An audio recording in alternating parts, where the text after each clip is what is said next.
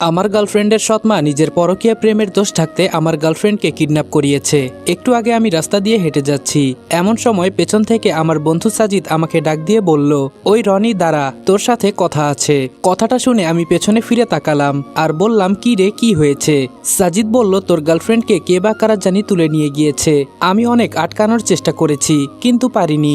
কথাটা শুনে সবার আগে আমার সন্দেহ হলো ওর সৎমায়ের উপর। কেনই বা ওর সৎমায়ের উপর সন্দেহ হয়েছে তা আপনারা পরেই বুঝতে পারবেন। কিডন্যাপের কথা শুনে মনে হচ্ছে আমার পায়ের নিচের মাটি সরে যাচ্ছে, কারণ এই পৃথিবীতে আমার গার্লফ্রেন্ড অনেক অসহায়। মেয়েটাকে এই দুনিয়াতে বোঝার মতো শুধু আমি আছি, কারণ আমার গার্লফ্রেন্ড কথা বলতে পারে না, সে হলো বোবা। ওর নাম হচ্ছে রিয়া। রিয়াকে আমি অনেক ভালোবাসি, বলতে পারেন নিজের জীবনের থেকেও অনেকটা বেশি। এই পৃথিবীতে আমি ছাড়া ওর আপন বলতে কেউ নেই, যে কিনা তাকে নিঃস্বার্থভাবে ভালোবাসে, নিঃস্বার্থভাবে পাশে থাকে। রিয়ার মাও এই দুনিয়াতে বেঁচে নেই, যে আছে সে হলো রিয়ার সৎমা। যখন ওর মা মারা যায়, রিয়ার বাবা দ্বিতীয় বিয়ে করে নেয় আর ওর বাবা প্রবাসে থাকে, এজন্য বাবার ভালোবাসা থেকে বঞ্চিত। মাঝে মাঝে আমাকে জড়িয়ে ধরে কান্না করে, একটু সুখ পেত আমাকে বুকে জড়িয়ে নিয়ে ওর দুঃখের কথাগুলো শেয়ার করে। সৎ মায়ের অত্যাচারে আর অবহেলায় দিন শেষে মেয়েটা শুধু একটু সুখের আশায় আমার কাছে আসতো। আমার কাছে তার সকল সুখ দুঃখের কথা শেয়ার করত আর বলতো, আমাকে নিজের কাছে নিয়ে যাও না, সারা জীবন তুমি আমাকে আগলে রাখো প্লিজ। আমার ওইখানে দম বন্ধ হয়ে আসে। আপনারা হয়তো ভাবছেন বোবা মেয়ে কিভাবে কথা বলছে, আসলে আমি ওর প্রতিটা ইশারা বুঝতে পারতাম। প্রথম দিকে একটু কষ্ট হতো, কিন্তু আস্তে আস্তে অভ্যাস হয়ে গেছে। ভালোবাসা বলতেও তো একটা কথা আছে, তাই না? সাজিদকে বললাম, আচ্ছা তুই যা, তোর সাথে পরে কথা হবে। এটা বলেই আমি চলে গেলাম। হঠাৎ করে মাথায় এলো রিয়ার সৎমা হয়তো কিছু জানে। রিয়াদের বাসার সামনে গিয়ে কলিং বেল বাজাতে রিয়ার সৎমা দরজাটা খুলে দিল। গিয়ে দেখি ওর সৎমা পায়ের উপর পা তুলে কার সাথে যেন ফোনে হেসে হেসে কথা বলছে। আমাকে দেখে ফোন কেটে দিয়ে বলল, কি রে আমার মেয়ের নাগর, এখানে কি করিস? রিয়ার আম্মুর কথা শুনে আমি সরাসরি বললাম, রিয়া কোথায়? রিয়ার সৎমা বলল, রিয়া কোথায় আমি কি বলবো, আর ও তো সবসময় তোর সাথেই থাকে, আমাকে কেন জিজ্ঞেস করিস? আমি বললাম, ওকে কে বা কারা কিডন্যাপ করে নিয়ে গেছে, আপনি কিছু জানেন না? আমার কথা শুনে রিয়ার আম্মু অন্যদিকে মুখ ফিরিয়ে বলল, আমি কিছু জানি না, আর কিডন্যাপ করেছে ভালো করেছে, ওর মতো মেয়ে বেঁচে থাকার চেয়ে মরে যাওয়াই ভালো। আমি বললাম, যদি আমার রিয়ার কিছু হয় আপনাকে কিন্তু ছাড়বো না আমি, এই বলে দিলাম। রিয়ার সৎমা বলল, তুই বুঝি আমাকে হুমকি দেস? আমি বললাম, আগে ওকে খুঁজে পাই, পরে দেখেন আপনার কি করি। রিয়ার জন্য রাতে পরকীয়া প্রেমিককে নিয়ে আসতে পারেন না, তাই তো? মনে করেন আমি আপনার সম্পর্কে কিছু জানি না, আমি খুব ভালো করে বুঝিয়ে দিব যদি রিয়ার কিছু হয়। এখন আসি শাশুড়ি আম্মা। এই কথা বলে ওদের বাসা থেকে বের হয়ে গেলাম। সারাদিনে অনেক জায়গায় ওকে খুঁজেছি, কিন্তু কোথাও পাই নাই। এখন শুধু কান্না ছাড়া আমার কোনো উপায় নেই। পৃথিবীতে এত এত মেয়ে থাকতে ওকে কেন তুলে নিয়ে গেল? ও বোবা একটা মেয়ে, কথা বলতে পারে না, নাকি ওকে টার্গেট করা হয়েছে? রিয়াকে খুঁজে না পেয়ে আবার বাড়িতে চলে গেলাম। বারান্দায় বসে বসে কান্না করছি। তখন আম্মু আমার সামনে এসে বলল, কি রে বাবা, খুঁজে পেলি মেয়েটাকে? আমি কান্না করে বললাম, আম্মু ওকে ছাড়া আমি কিভাবে থাকবো, আর ওর যদি কিছু হয়ে যায় আমি নিজেকে কিভাবে ক্ষমা করব বলো? ও সবসময় বলতো, আমি তো কথা বলতে পারি না, যদি কোনোদিন আমার কিছু হয়ে যায় তুমি থাকতে পারবে তো? আম্মু ওকে আমার কাছে ফিরিয়ে দাও না, বাবাকে বলো না একটু খুঁজে দেখতে। আম্মু আমার মাথায় হাত দিয়ে বলল, শান্ত হ বাবা, আমি তোর বাবাকে বলছি, উনি বের হয়েছে। আর আমার মনে হয় রিয়ার কারোর সাথে শত্রুতা নেই, তাহলে তুলে নিবেই বা কারা? আমি বললাম, যে মেয়ে কথা বলতে পারে না তার আবার কার সাথে শত্রুতা থাকবে আম্মু? ও আমাকে আগেই বলেছিল আমার মায়ের অত্যাচার আমি আর সহ্য করতে পারছি না, শুধু তোমার মুখের দিকে তাকিয়ে এসব সহ্য করি, না হলে অনেকদিন আগেই মারা যেতাম। দোষ তো আমার আম্মু, আমি কেন ওকে বিয়ে করি নাই? আমি ওকে বলেছি আমার ছোট বোনের বিয়ে হলেই তোমাকে আমি বিয়ে করে নিব, কিন্তু কে জানতো এমন হবে? আম্মু আমার মাথায় হাত দিয়ে বলল, বাবা বসে থেকে কান্না করলে কি হবে, যা তুই গিয়ে একটু খুঁজে দেখ মেয়েটাকে পাস কিনা, না হলে থানায় যা, গিয়ে পুলিশের সাথে কথা বল, এভাবে বসে থাকলে কোনো কিছু সমাধান হবে না। আম্মুর কথা শুনে আবার বাসা থেকে বের হলাম। সাজিদকে কল দিলাম, ফোন রিসিভ করে বলল, বন্ধু আমরা সবাই খুঁজতেছি কিন্তু কোথাও পাচ্ছি না। আমি বললাম, সাজিদ তুই কিভাবে জানিস রিয়াকে কিডন্যাপ করা হয়েছে? সাজিদ বলল, আমি তখন দোকানে বসে চা খাচ্ছিলাম আর রিয়া কি জানি কিনতে এসেছিল দোকানে। আমি শুধু হাত দিয়ে ইশারা করে ভালো মন্দ জিজ্ঞেস করেছি, কিন্তু রিয়া একটু দূরে যেতেই একটা প্রাইভেট কার এসে ওকে তুলে নিয়ে গেল। বিশ্বাস কর বন্ধু, আমি গাড়ির পেছনে দৌড়াতে দৌড়াতে একসময় রাস্তায় পড়ে গেছি, কিন্তু ওকে আমি বাঁচাতে পারলাম না, মাফ করে দিস আমাকে। সাজিদের কথা শুনে কল কেটে দিলাম। আমার রিয়া তো কারোর সাথে কোনোদিন খারাপ ব্যবহার বা খারাপ কিছু করে নাই, তাহলে ওকে তুলে নিয়ে গেল কারা? মাথায় কিছুই ঢুকছে না। রাস্তায় রাস্তায় ঘুরে বেড়াচ্ছি, অনেক জায়গায় সারাদিন খুঁজলাম, খুঁজতে খুঁজতে বিকাল হয়ে গেল। শেষে কোনো উপায় না পেয়ে থানায় যেতে লাগলাম। হঠাৎ দেখি ফোনটা বাজতেছে। ফোন রিসিভ করতেই ওপাশ থেকে আমার বন্ধু অনেক বলল, রনি ফোনের ক্যামেরা অন করতো। আমি বললাম, বন্ধু রিয়াকে খুঁজে পাচ্ছি না, এমনিই মন খারাপ, পরে কথা হবে, এখন ফোন রাখি। অনেক বলল, আরে শোন তো একবার, আগে ফোনের ক্যামেরা অন কর, তোর সাথে অনেক কথা আছে আমার। অনেকের কথা মতো ফোনের ক্যামেরা অন করলাম, আর ক্যামেরা অন করে দেখি রিয়াকে একটা চেয়ারের সাথে বেঁধে রেখেছে, আর ওর চোখ থেকে পানি পড়ছে।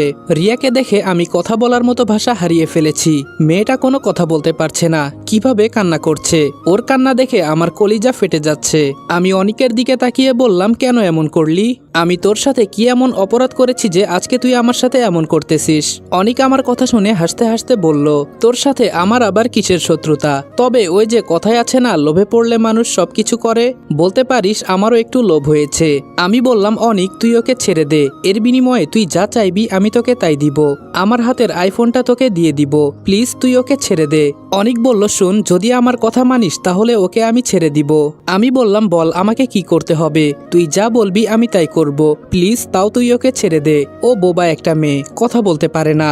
অনিক বলল, আরে ওর কথা রাখ বেটা, আমি কি বলি ওইটা শোন। তুই এখন আমাদের বাড়ির রাস্তার মোড়ে যাবি, গিয়ে দেখ আমার বোন ওখানে দাঁড়িয়ে আছে, ওর কাছে তুই তোর ফোনটা দিয়ে দে, এরপর দেখছি রিয়ার সাথে কি করা যায়। আমি বললাম, তুই যা বলবি আমি তাই করব, তুই প্লিজ ওকে ছেড়ে দে, তুই রিয়াকে ছেড়ে দে। আমি নিষিদ্ধ পল্লী থেকে যে মেয়েটা প্রথম আজকে এসেছে আমি ওকে এনে দিব তোর কাছে। বল তোর কয়টা মেয়ে লাগবে, আমি এনে দিব নিষিদ্ধ পল্লী থেকে, তাও তুই ওকে ছেড়ে দে প্লিজ। ও মরে যাবে ওর সাথে এমন কিছু করলে। অনিক বলল, কে মরবে আর কে বাঁচবে এটা দেখে আমি কি করব? যার প্রতি লোভ লেগেছে তাকে লাগবে আমার, অন্য কাউকে দিয়ে আমি কি করব? আমি বললাম, প্লিজ তুই ওকে ছেড়ে দে, আমি যত টাকা লাগে দিব তোকে। অনিক বলল, আরে বেডা আমার বোন একটু পর চলে যাবে, তাড়াতাড়ি যা, দৌড়ে দৌড়ে যাবি। আর এসব শুনে আমি কি করব? তোর কথা তুই রাখ। অনিকের কথা শুনে আমি পাগলের মতো দৌড়াতে শুরু করলাম। ওদের বাড়ির রাস্তার মোড়ে দেখি ওর বোন দাঁড়িয়ে আছে, ওর সাথে 3 জন বান্ধবী আছে। ওর বোনের কাছে ফোনটা দিতেই ফোনটা নিয়ে চলে গেল, একবার আমার মুখের দিকে পর্যন্ত তাকায় নাই। আগে কত ভাইয়া ভাইয়া বলে ডাকতো, মানুষ ঠিকই বলে, বিপদে পড়লে বন্ধু চেনা যায়। আমি তাড়াতাড়ি বাটন ফোনটা বের করে অনিকের নাম্বারে কল দিলাম। অনিক ফোন রিসিভ করে বলল, আমার কথা শোনার জন্য ধন্যবাদ, আর তোর গার্লফ্রেন্ডের উপর আমার অনেক দিনের নজর ছিল, ওকে একবার পেতে আমি কত কিছু করেছি, আজকে কিভাবে আমি ওকে ছেড়ে দিব বল? আমার সাথে আরো 2 জন আছে, ওরাও খুব কষ্ট করেছে, তুই আমার কথা শুনেছিস, আমি আমার কাজ শেষ করে তোকে ঠিকানা দিয়ে দিব, পরে চলে আসবি, ঠিক আছে? এখন ফোন রাখি। এই কথা বলে অনেক কল কেটে দিল। আমি ধপ করে মাটিতে পড়ে গেলাম। যার জন্য এত কিছু করলাম আজকে আমি তাকে বাঁচাতে পারছি না। আমার নিজের বন্ধু আজকে ওর ইজ্জতের উপর হাত দিল, বুক ফেটে কান্না পাচ্ছে। ওইদিকে রিয়া হয়তো ভাবছে আমি ওকে বাঁচিয়ে নিব, কিন্তু আমি পারলাম না ওকে বাঁচাতে।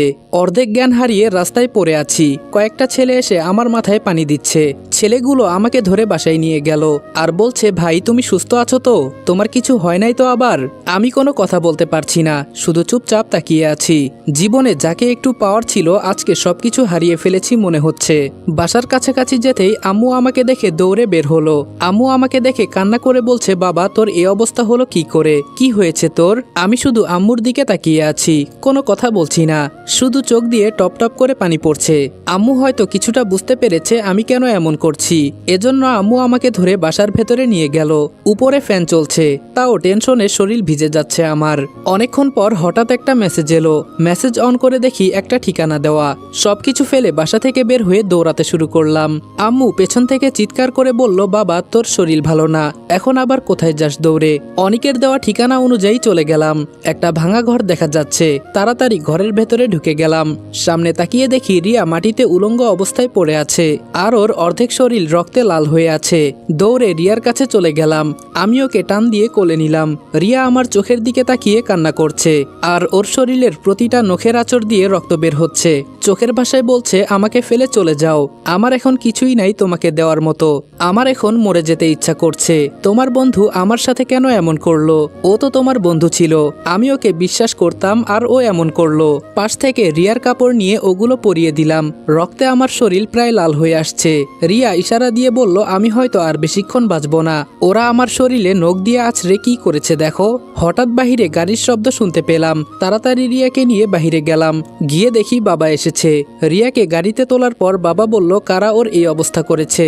বাবার কথা শুনে আমি কিছুই বললাম না, শুধু রিয়ার হাত ধরে ওর দিকে তাকিয়ে আছি। হাসপাতালে গিয়ে ওকে কোলে করে ভেতরে নিয়ে গেলাম। ভেতরে নিয়ে যাওয়ার কিছুক্ষণ পর ডাক্তার বলল, ওর নাকি রক্ত লাগবে। আমাদের কারো রক্তের সাথে ওর রক্তের মিল নেই। শেষে আমার বাবার রক্তের সাথে মিল পেয়েছে। বাবার কাছ থেকে রক্ত নিয়ে আমাদের সবাইকে বের করে দিল। ডাক্তার আমাদের বলল, আপনারা বাইরে থাকেন, আমরা দেখছি।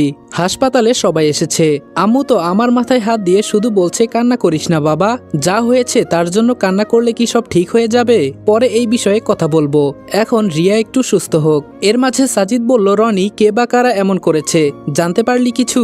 আমি চোখের পানি ছেড়ে দিয়ে বললাম, সেদিন আমার আম্মু নিজ হাতে বিরিয়ানি রান্না করে আমার সব বন্ধুদের খাওয়ালো। সেই বন্ধু ওর সাথে এমনটা করতে পারলো? অনেককে আমি কতটা বিশ্বাস করতাম। আর ও আমার কথা শুনেই সাজিদ কাকে যেন কল দিয়ে বলল অনিকের খোঁজ নিতে, আর ওকে যদি কোথাও খুঁজে পায় তাহলে যেন আটকে রাখে। আম্মু এবার আমায় বলতে লাগলো, ছি, তোর বন্ধু এটা তোর সাথে করতে পারলো? তুই না খুব করে বলতি তোর সব বন্ধু নাকি খুব ভালো। আমি কিছু বলবো তার আগেই সাজিদ বলল, আন্টি, আমি কসম করে বলছি, ওকে আমি ছাড়বো না। কুত্তার মতো মারবো আমি ওকে। যে বন্ধু আমাদের ভাবির উপর থেকে নজর সরাতে পারে নাই, সে যে আমার বউয়ের উপর হাত দিবে না এর কোনো বিশ্বাস নাই। তবে আন্টি, একটা জায়গায় কষ্ট লাগে, রিয়া প্রতিবন্ধী একটা মেয়ে। রিয়ার এই দুর্বলতার সুযোগ অনেক নিয়েছে। ছাড়বো না আমি ওকে। আমি শুধু আম্মুর কোলে শুয়ে কান্না করছি, কেন অনেক আমার সাথে এমনটা করলো? আমি কি ক্ষতি করেছিলাম ওর?